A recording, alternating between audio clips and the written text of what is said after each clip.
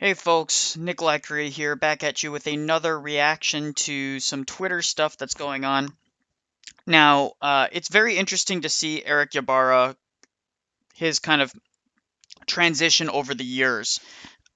And frankly, I've been very unimpressed with his scholarship, particularly as of recently. I used to think that, you know what, he's trying his best to make the scholarship work for Rome because he's truly convinced of it. But now it seems like his entire shtick is to be jabby at Orthodox, to try and poke holes in our claims rather than defend his claims. Because he knows his claims and the claims of the Pope are not in concordance with most Catholic scholarship and most Orthodox scholarship, right? Well, obviously the Orthodox Church doesn't agree with Rome on their perspective of these things, on the role of the papacy in the early millennium. So he's clearly out of his depth on that. I mean, Eric Truglia has basically put the nail in the coffin on that. Same with Jay Dyer. And then when it comes to the modern papacy, Jay has completely blown it out of the water. There's just no really arguing, especially with this recent thing about the Pope talking about the bishops in America needing to be united against the migrant crisis and that we need to have compassion for them. But forget about having any compassion for Americans who've suffered under these illegal immigrants for decades now. No, never mind any of them. It's ridiculous, um, and laughable. Um, which is, and the reason it's laughable is because they expect us to submit to the Pope. It isn't that this is just one bishop who's gone off the rails. This isn't just one bishop who's working this out. But he wanted to ask this as if it's a gotcha because you can tell where he's going with this. IQ question for the Orthodox. If the ecumenical patriarchate of Constantinople enters into union with the Apostolic See of Rome, if the other patriarchs and Caliph, I can never say that name, do not make any further breaks in communion with Constantinople, then there already is right now in the pan-Orthodox situation. Okay, first off, a break in communion is not a full-blown schism. There is degrees of separation. Okay, that's the first thing. Would the Orthobros, again, that's just a poisoning of the well, because we all know what he means by Orthobro. He's mean terminally online. These guys don't have any arguments. They're just debate bros. Would the Orthobros call the unity they would then have with Rome via the unity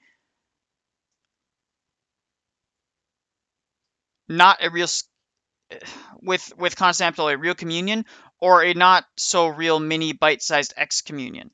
So he's trying to poke fun at the MP versus the EP situation.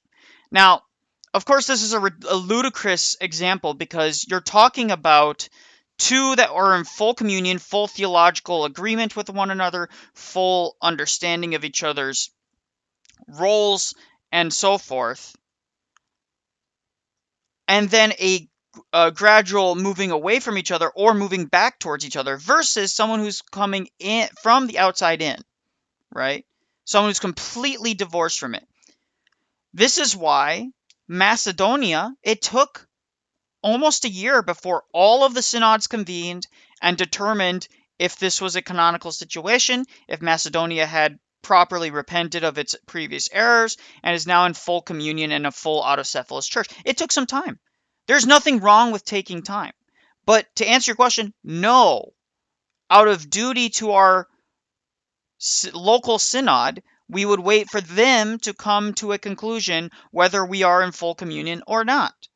It would not be an ipso facto just because the EP does something, everybody else suddenly has to is suddenly in communion with this random group. No, that doesn't work that way. That's why there's controversy with the OCU, dummy.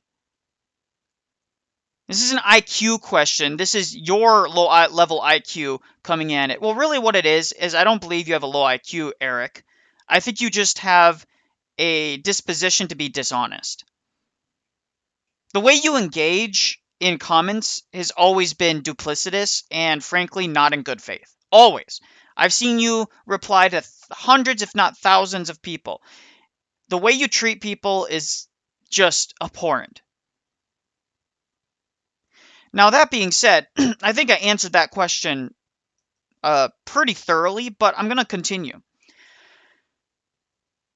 when Antioch and Jerusalem were out of communion with one another and the rest of the churches still recognized both as having valid sacraments, that is what is in question here. Just because the EP views one external group that was never in communion with the rest, never in communion with the rest, with the whole, as having communion now, doesn't suddenly make it a red stamp for everyone in the Orthodox world. No, we obey our local synod. We obey our local hierarchs. If our local hierarchs go into error, we find an Orthodox church that is not in error. It's that simple. We find a bishop who is maintaining the faith. Maintaining the faith. Okay? Now, if Rome makes a genuine appeal to repentance and they get rid of all of their errors, then it would be a discussion that each synod would have. They would say, these are the things we need to expect or see from Rome before we can come into full communion, etc., etc. But that's why it's conciliar. See, it boggles my mind. Even after all this time, you don't understand what conciliar means. It doesn't mean one person gets to go and just make communion with the Anglicans and the Romans and all these other groups, and then we all have to just accept it. That's not how that works.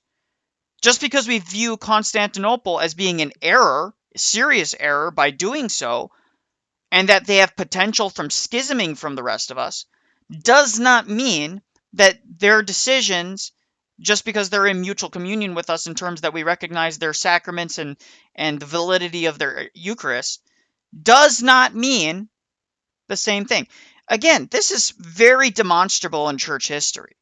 In the early church, there were all sorts of mini breaks of communion where two patriarchates were having a tissy fit, and then it was rectified at a later date. Happened all the freaking time. In fact, it happened so frequently, sometimes it wasn't even recorded. Sincerely. Sometimes it wasn't, they didn't even really go into depth about what the issue was. They just said, these two are bickering. It happened all the time. Personalities conflict. So this attempted gotcha just reveals your low IQ and the low IQ of the people that like this.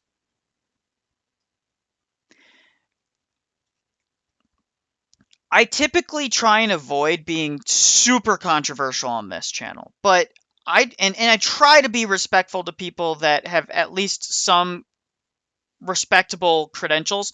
But Erick, seriously, this is the low-level nonsense that you're going to be throwing our way? Oh, but we've already had all the debates that need to be had. Really? We've had all the debates that need to be had. Still haven't really discussed the geopolitical nature of the Vatican and the modern-day Vatican having numerous heresies that they're involved in, numerous contradictions. You just totally avoid that. Completely and utterly avoid that. You pretend it's not an issue. Well, continue to do so, Erick. I'm sure that will work out great for your dying Novus Ordo churches and the likes. I'm sure that will fix the altar girl altar servers. I'm sure that will fix the women lay Eucharist ministers. I'm sure that will fix the gay baptisms that are happening in Germany amongst other bishops. The gay blessings, I should say. I'm sure Father James Martin isn't going to be meeting with the Pope again. And I'm sure that he's going to be condemned any day now. Yeah, just continue to ignore all of your issues and keep on trying to go for the quote-unquote ortho bros, as if we're the real problem, for calling you guys out on your shit. Anyways, guys, have a wonderful day. I hope you enjoyed the video. Please like, share, and subscribe. And remember, sharing is the most important thing you can do. Sharing the link, seriously, it can be a huge help. Share it in group chat. Share it with people that you know that may like it. God bless.